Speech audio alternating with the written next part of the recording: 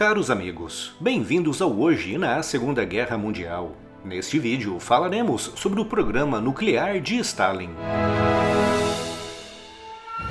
E se ainda não está inscrito no canal, inscreva-se já e acione o sino das notificações para não perder nenhuma novidade.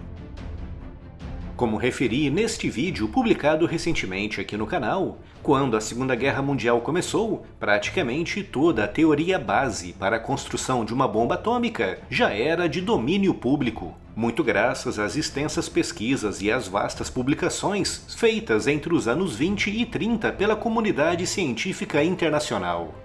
O esforço soviético de pesquisa nuclear foi gravemente afetado pela Revolução Comunista de 1917 e pelo agravamento da Guerra Civil em 1922. E mesmo após o fim dos conflitos e a consolidação da União Soviética, pouca prioridade foi dada à pesquisa nuclear, com Stalin mais preocupado com dissidências políticas internas e com a execução de planos agrários desastrosos. Em 1936, a pesquisa nuclear soviética sofreu um novo revés quando Stalin, vendo adversários em todos os setores da sociedade, iniciou o chamado Grande Expurgo, uma campanha que tinha por objetivo eliminar todos aqueles vistos por Stalin como adversários ou como possíveis futuros adversários. Apesar do Grande Expurgo ter se concentrado nos políticos e militares, o setor acadêmico também foi diretamente afetado, com muitos reitores, professores e pesquisadores que se dedicavam ao estudo da física nuclear tendo sido presos, deportados ou até mesmo executados. Quando a Segunda Guerra Mundial começou, em setembro de 1939, o maior e mais ilustre cientista nuclear soviético era Georgy Flyarov, que em 1940, em parceria com Konstantin Petrizak, no Instituto Politécnico de Leningrado, descobriu a fissão espontânea. Mas em 1941, Flyarov, bem como grande parte de todos os outros cientistas nucleares soviéticos, foram retirados dos seus postos de pesquisa e enviados para a guerra.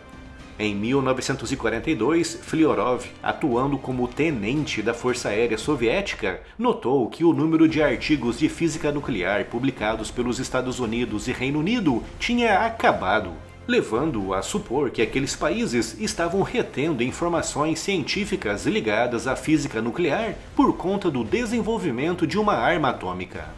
Essa constatação levou Flyarov a escrever uma carta a Stalin, na qual insistiu para que a União Soviética investisse na construção daquilo que ele chamou de uma bomba de urânio. Graças a essa carta, Stalin ordenou que todos os cientistas nucleares soviéticos fossem retirados da linha da frente e enviados para institutos de pesquisa, ordenando em 1942 o início do Programa Atômico Soviético, coordenado por Anatoly Alexandrov e Igor Kurchatov, com Kurchatov ficando responsável pelo Laboratório número 2, o nome código de um instituto de física nuclear construído próximo de Moscou. Naquele mesmo ano, Flyarov recebeu a missão de criar o Laboratório de Reações Nucleares em Dubina, com todo o programa nuclear soviético passando, no final de 1942, para a responsabilidade de Molotov, o ministro soviético dos negócios estrangeiros.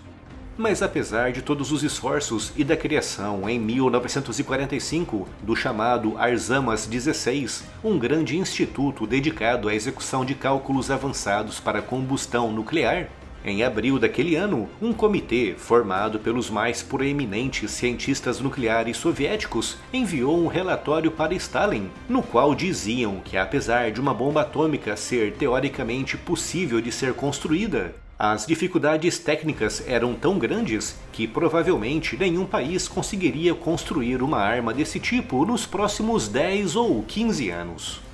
Eles não sabiam, mas apenas 3 meses após o envio daquele relatório, os Estados Unidos detonaram a Trinity, o primeiro teste nuclear da história.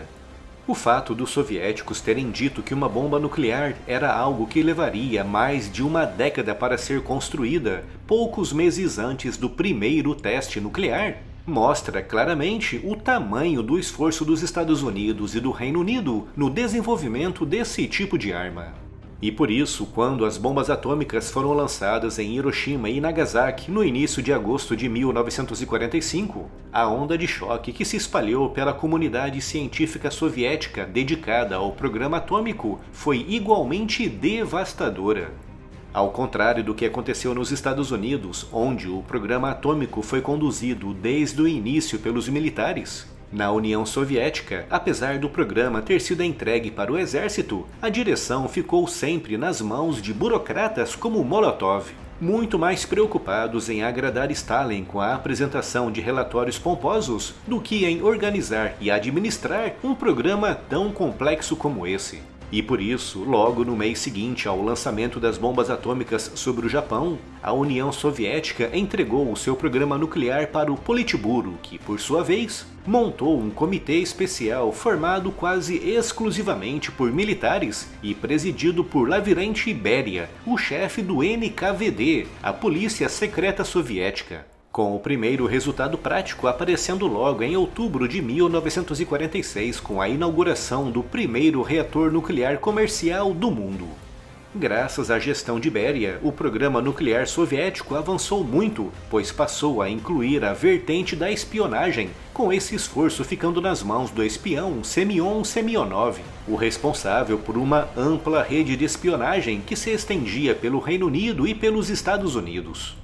Graças ao trabalho dessa rede de espiões, os soviéticos obtiveram muitas informações valiosas, principalmente com relação aos métodos de enriquecimento de urânio. Um dos espiões dessa rede foi o físico alemão naturalizado britânico Klaus Fuchs, que durante o período em que trabalhou para o Projeto Manhattan, forneceu para Moscou centenas de páginas com informações detalhadas, chegando mesmo a informar a quantidade de urânio e plutônio nas bombas atômicas dos Estados Unidos, bem como diagramas completos de equipamentos avançados para a produção de plutônio e o enriquecimento de urânio. No entanto, mesmo com uma rede de espiões tão vasta, com muitos deles infiltrados no coração do Projeto Manhattan, em agosto de 1945, quando os Estados Unidos lançaram as bombas atômicas sobre o Japão, a União Soviética estava ainda muito longe de ter a sua.